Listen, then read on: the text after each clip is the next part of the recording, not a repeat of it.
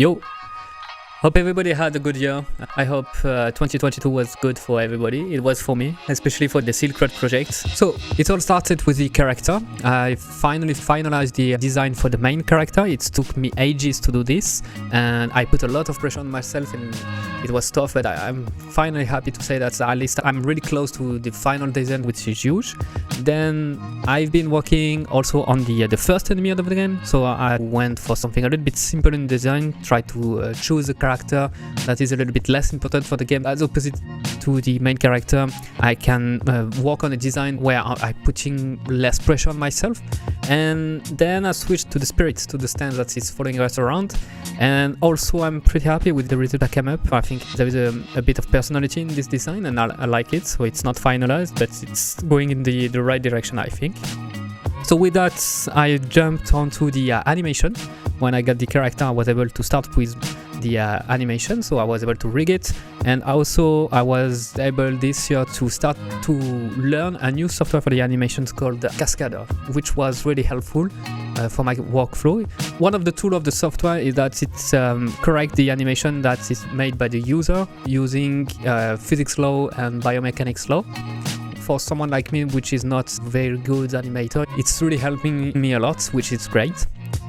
And with some characters and animation, I was able to jump on the VFX. So again, this is something that I wasn't really necessarily used to do, so I had to learn a lot on this side, which I did, and I'm really pleased where I'm going with that also. There is still a lot of room for improvement, but it's going in the right direction. After that, with the character, the animation and the VFX, I was able to start refining a little bit more the combat, and especially the camera. I really wanted to make a big push, making sure that the camera is acting correctly. So I tried to find a style for the camera where it's dynamically trying to frame all the character, all the actor on a scene. And so I went with a camera that is a little bit static than the usual TPS camera, which for a game like the SILKROAD Project, where the combat is really dynamic, there is a lot of movements, I thought that it didn't fit this style. And then I started to work on the level design. The level design was the first for me. I never had to do level design before, so for now I'm just starting with the simple tool, staying in Unreal and trying to make some blocky. The goal for me was to make the first instance mission map where the player is gonna spawn and do the combat there. What I have in mind for the mission is something that can be clear in between 10 or 15 minutes. So I try to work on a map where we have a path that's following a canyon, then a mountain, so something that looks a little bit linear. And what I'm realizing is that it's way too big, and I realize that there is a lot of places where the player is only walking. I want to have a pacing that is more intense, and it doesn't fit. I know that it's gonna have to be redone at some point, but at least I have a level now that I can use to work on the gameplay loop. So I didn't do that for nothing. And then I switched it on the guest house, and the guest house part is where I spend the most of my time this year. All the management and the activities was the main topic for me in 2022. So it started with working on the AI for the guests, giving them mission so that the player can have mission from the guest. So meaning that I had also to work on a task tracker. I had to work on a conversation system with the guest so that there is interaction with the player and the guest. Then I had to work also on activities to do in the guest house, because otherwise it's not gonna be really fun to be in this guest house. So I tried to add a couple of really ultra early activities, and I wanted to push one of the activities to see what it looks like, to have a feel of what an activity is really in the SILKROAD project.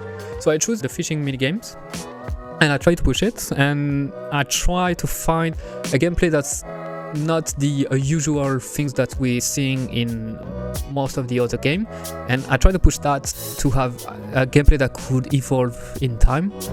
And I ended up with a gameplay that's actually pretty close to an old school JRPG combat system, where you have some gauge that's filling, and when a gauge is full, you are ready to use a skill, make some attacks or buffing or even healing your character. I think that could be a pretty cool, there is potential with this gameplay design. I'm not sure 100% that I'm gonna use that at the end for the game, but at least I'm trying something new. I feel like it's at least original for fishing minigames, which is great already. But we'll see. It's promising, but there is still a lot of stuff to improve before it starts to get fun.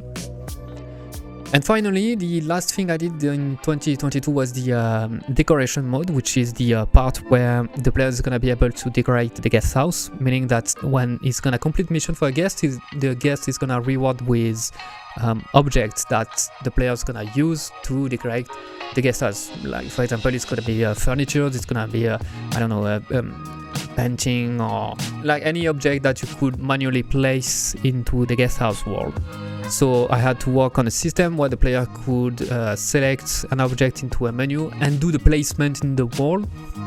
And so that's the last system I implemented into the SILKROAD project in 2022.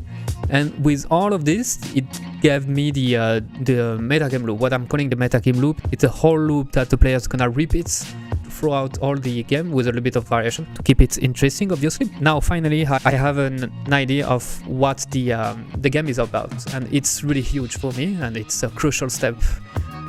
So basically the loop is the player is managing the guest house, so it's gonna be the hub for the game. Guests are arriving to your place, you're gonna have to welcome them, make the check-in, give them a room, trying to tend to all their needs, and by doing so they're gonna give you tasks. So it's gonna be missions that usually imply combat, where the player gonna have to travel around the surrounding area, and there the player is gonna do the combat, it's gonna do the fighting and stuff like that.